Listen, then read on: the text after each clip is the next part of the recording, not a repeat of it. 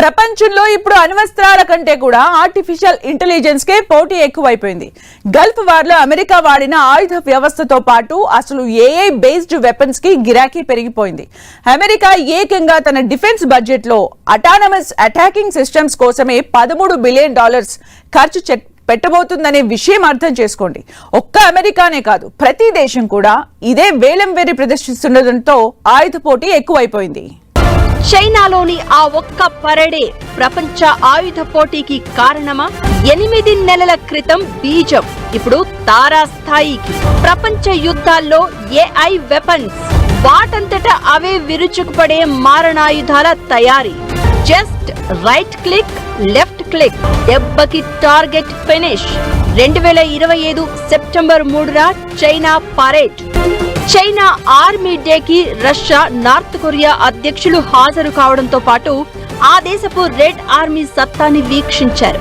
దీన్ని మరొకరు కూడా సైలెంట్ గా వీక్షించారు. ఆయనే అమెరికా అధ్యక్షుడు ట్రంప్.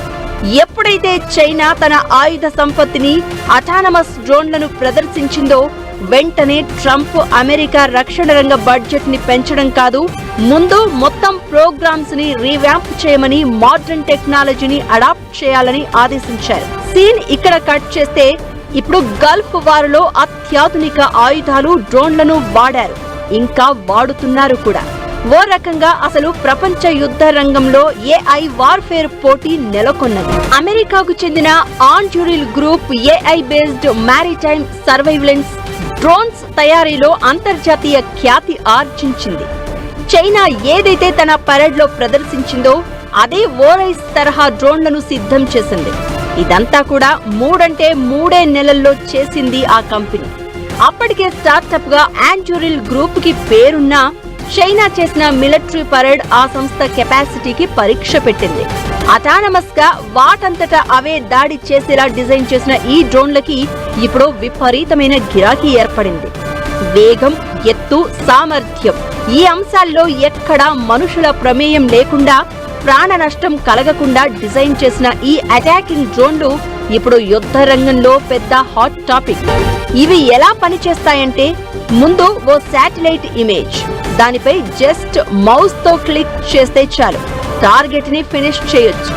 ముందు అక్కడ కనబడే భవంతుల దగ్గర ఎన్ని ట్రక్స్ ఉన్నాయో వాటిపైన మౌస్ సెలెక్ట్ చేసి టార్గెట్ అని ఫిక్స్ చేస్తే చాలు ఏఐ సాఫ్ట్వేర్ అక్కడ ఎలాంటి ఆయుధం, దానికి ఎంత ఇంధనం అవసరం, పేలుడు పదార్థం ఎంత అవసరం అంతా సిద్ధం చేసి దాడి చేసే వ్యూహం కూడా తయారు చేస్తుంది.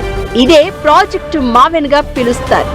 జస్ట్ మౌస్ తో రైట్ క్లిక్, లెఫ్ట్ క్లిక్, అంతే, దెబ్బకి అవతలి టార్గెట్ ఫినిష్ అయిపోతుంది. అందుకే ఈ తరహా ఏఐ ఆయుధ పోటీ ప్రపంచ వ్యాప్తంగా విస్తరించింది. రష్యా యుక్రెయిన్ యుద్ధం 6వ సంవత్సరంలో ప్రవేశించింది.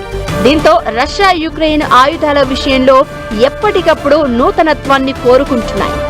మరోవైపు ఇరాన్, ఇజ్రాయెల్, భారత్ కూడా ఈ పోటీలో ఉన్నాయి.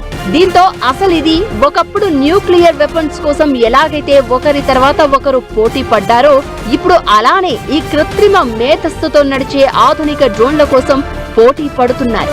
2017లోనే పుతిన్ ఏఐలో ఎవరు ముందుంటారో వారే ప్రపంచాన్ని శాసిస్తారని ప్రకటించారు. 2024లో జిన్పింగ్ కూడా యుద్ధ రంగంలో టెక్నాలజీనే ప్రముఖ పాత్ర పోషిస్తుందని చెప్పారు.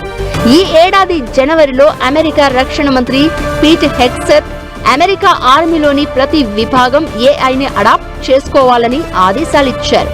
అలానే అమెరికా రక్షణ బడ్జెట్ లో అటానమస్ సిస్టమ్స్ కోసం $13 బిలియన్ కావాలని కోరారు. అంటేనే ఈ వేలం వెర్రి ఎక్కడి దాకా పోతుందో అర్థం చేసుకోవచ్చు. మరోవైపు భారత్ కూడా అమెరికన్ స్టార్టప్ ఆండ్యూరిల్ తో ఒప్పందాలు చేసుకుంది. Mahindra and Mahindra company Anduril తో భాగస్వామ్యంతో maritime systems, counter unmanned aerial system CUSS solutions, next generation command and control సాఫ్ట్వేర్లు తయారు చేయబోతోంది. Modular autonomous under water vehicles కూడా ఈ ప్రాజెక్టులో ఓ భాగంగా తెలుస్తోంది.